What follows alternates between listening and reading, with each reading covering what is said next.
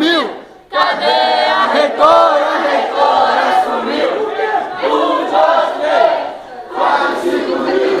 Cadê a reitora? A reitora sumiu. A gente entrou pra valer.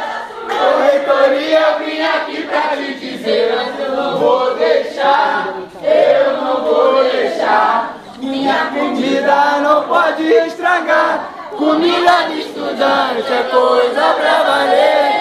Ô reitoria pública da Rural, mas todos os nossos cursos já foram avaliados e nós sabemos o quanto tem de maquiagem em várias avaliações.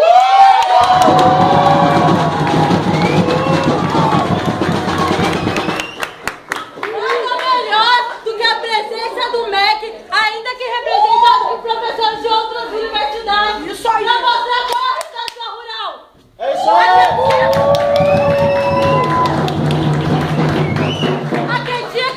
Descomendo que estraga é a consequência última da greve que tem assolado a nossa universidade. E a greve é um direito do trabalhador que hoje vive com estruturas péssimas de trabalho, que também tem consequência no nosso dia na universidade.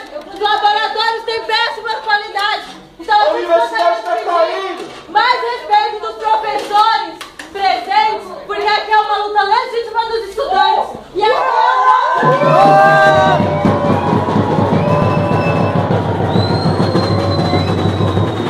na nossa casa, na direção, na administração,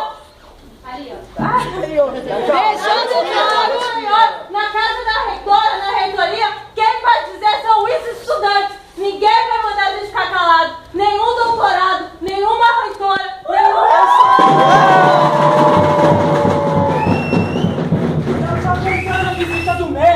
Aproveitando a visita do MEC nesse espaço, é bom que vocês saibam que nós não somos apenas números, como vocês contabilizam nesse computador.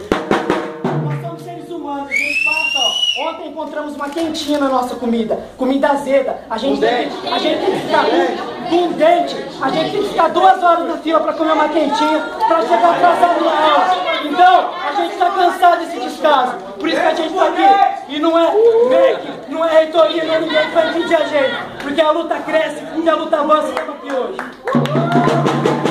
Até quando você vai levando? Porrada, porrada. Até quando vai ficar sem fazer nada? Até quando você vai levando? Porrada, porrada. Até quando vai ser saco de pancada? Até quando você vai levando? Porrada, porrada. Até quando vai ficar sem fazer nada? Até quando